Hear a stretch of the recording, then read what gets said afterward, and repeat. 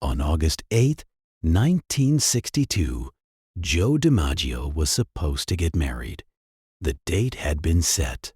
Quietly, the way DiMaggio did everything. No press releases, no fanfare, none of the circus that had followed them the first time. He had told friends. He had told her. They had agreed. August 8, 1962. That was the day Marilyn Monroe was buried. DiMaggio sat in the front row of a small chapel in Westwood with fewer than 30 people around him. He had called the funeral home himself, chosen the casket himself, and he had turned away everyone she wouldn't have wanted there. The Kennedys, Sinatra, the studio people, the ones he believed had taken pieces of her until there was nothing left. He leaned down before they closed the casket and said 3 words over and over until he couldn't say them anymore. Then he went home. And for the next 37 years, until the day he died, red roses appeared at her grave 3 times a week. He never explained why. He didn't think it needed explaining. By 1952, Joe DiMaggio had nothing left to prove and nowhere particular to be. He had retired from the Yankees the previous year. 13 seasons, 3 MVP awards, a 325 lifetime batting average that still makes statisticians pause. He was 37 years old, one of the most recognized men in America, and quietly adrift in a way that fame offers no solution for. Marilyn Monroe was 25, still becoming what she would eventually be, already famous enough that a stranger had to arrange the introduction carefully. DiMaggio had seen a photograph of her in a baseball uniform and simply started making phone calls until someone could bring them together. Their first dinner lasted hours. Men kept approaching the table to shake DiMaggio's hand. Monroe watched, amused. Usually, it was she whom people were trying to impress. She told a friend afterward that he was nothing like she expected. Quieter, more attentive. He actually listened. He told almost no one what he thought of her. That was DiMaggio. He kept the important things close. They married on January 14, 1954. At San Francisco City Hall, the steps were mobbed. The honeymoon was Japan, then Korea, where Monroe slipped away to perform for American troops while DiMaggio waited in a hotel room, already losing her to something he couldn't compete with. The marriage lasted 9 months. DiMaggio wanted a wife who came home. Monroe was becoming something the world wouldn't let come home. His jealousy curdled into control and, by documented accounts, into violence. The famous subway grate scene from The 7-Year Itch, Monroe laughing while her dress lifted above a crowd of 2,000 strangers, was the moment he stopped pretending it could work. She filed for divorce, citing mental cruelty. He wrote her a letter the same week. "I love you and want to be with you. My heart split even wider seeing you cry in front of all those people." He meant both things simultaneously. That was always the problem. They had been married 275 days. Monroe moved on. Arthur Miller, the playwright, the intellectual match DiMaggio could never be, and knew it. The press called it Egghead Weds Hourglass. DiMaggio read the headlines and said nothing. He traveled. Italy, Sicily, the town his father had left decades before. He coached Yankees spring training.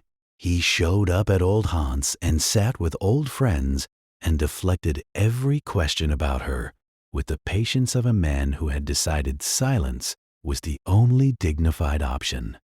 5 years passed without contact.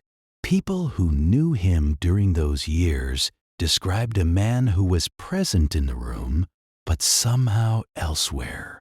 He still signed autographs. He still showed up.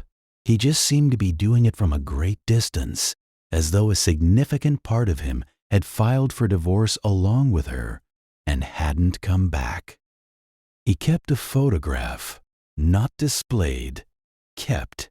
The way you keep something you're not ready to explain. There is something particular about that kind of waiting. The kind that doesn't announce itself, doesn't ask for credit, doesn't know if it will ever end. DiMaggio had been the most celebrated athlete of his generation. He had learned to perform under pressure in front of 50,000 people, waiting in private, with no audience and no outcome guaranteed. Turned out to be the hardest thing he had ever done. In February 1961, Monroe's marriage to Miller collapsed, and she was admitted to a psychiatric clinic in New York, a place she found terrifying. The locked doors triggering memories she had spent a lifetime outrunning. She called DiMaggio, not her manager, not the studio, DiMaggio. He came. He secured her release. He took her to the Yankees' Florida spring training camp, somewhere quiet, warm, away from everything that had been grinding her down. They walked. They ate. They didn't perform for anyone. Monroe told a journalist that year, "To know that Joe is there is like having a lifeguard." They were not back together. Not exactly. But something had been rebuilt. Something quieter and more durable than what they'd had before. A friendship that had survived his failures and her pain and 5 years of silence, and was still standing on the other side of all of it. He drove her to her gallbladder surgery that June. He was there when she woke up. By early 1962, DiMaggio was telling friends they would remarry. He had chosen a date, August 8th, 1962. He wasn't proposing. In his mind, apparently, it was already decided. Monroe had not disagreed. The roses had already started by then. Red, 3 times a week, a standing arrangement he had put in place as a promise. If I go first, you keep sending them. If you go first, I will. She had asked him to make that promise. He made it without hesitation. In the spring and early summer of 1962, Monroe was filming, struggling, being pulled in directions that worried the people who were paying attention. She had been fired from one production and reinstated. She was losing weight. She was missing calls. The people around her were sorting themselves, as they always do in those situations, into those who were worried and those who were managing their exposure. DiMaggio was not managing his exposure. He was paying attention. He called. He drove up when she would let him. He was not part of the world she needed saving from, which, by then, was more than she could say about most of the people in her life. He was 60 miles away, in San Francisco, on the night of August 4th. The call came early. The Los Angeles coroner's office contacted DiMaggio because there was no one else, no immediate family on record, no next of kin to notify. Just a name that kept appearing in her life. His name. He traveled to Los Angeles and identified the body himself. Then he did what he had apparently been preparing in some quiet interior way to do for years. He took charge. He called the funeral home. He selected the casket. He approved the arrangements. And he compiled the guest list. When the calls came in from the expected names, Sinatra, members of the Kennedy Circle, the Hollywood machinery that had made her famous, DiMaggio said no, quietly, without drama, without explanation. No. He told his lawyer afterward that he blamed them, that he believed the world those people represented had taken something from her that she could never get back. He would not let them stand over her at the end of it and call it grief. 28 people attended Marilyn Monroe's funeral. For a woman whose face had appeared on the cover of every major magazine in the Western world, whose films had earned the equivalent of $2 billion, whose name was recognized on every continent. 28 people.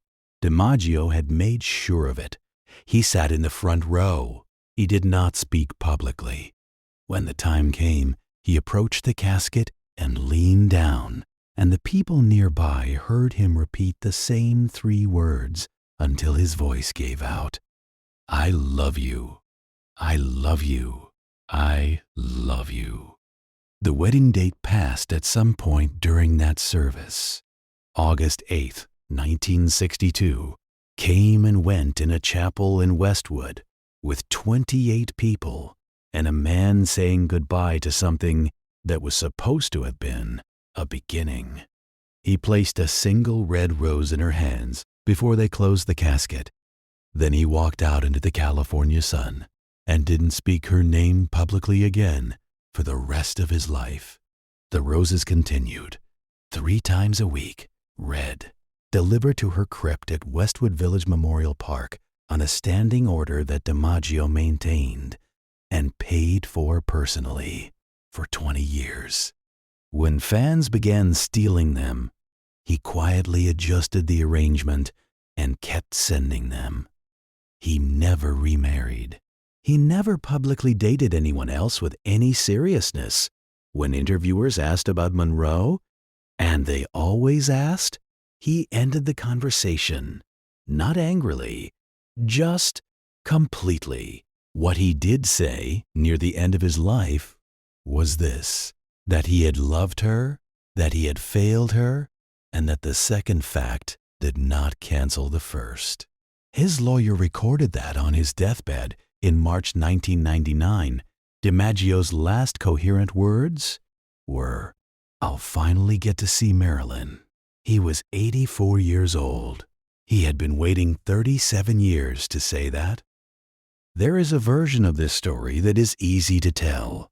The jealous husband, the failed marriage, the controlling man who couldn't let go even after she was gone.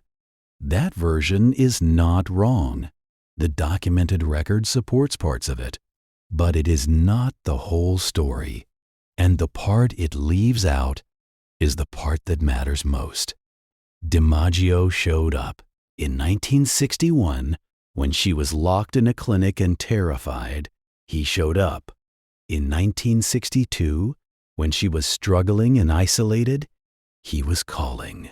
On August 5th, when there was no one else to call, his name was the one in her address book. He was not a perfect man. He knew it. They had 9 months of marriage and 37 years of everything else to prove it.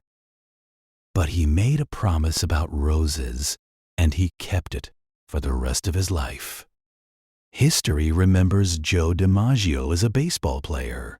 It remembers Marilyn Monroe as an icon. It doesn't spend much time on the man who drove to Los Angeles to claim her body, turned away the president's circle from her funeral, and spent 37 years sending flowers to a grave. But somebody did those things, quietly, without an audience, without anyone asking him to. That is not a small thing to do for someone you couldn't manage to hold on to while they were alive. It might, in fact, be the most honest kind of love there is. If this story found you, share it with someone who deserves to hear it.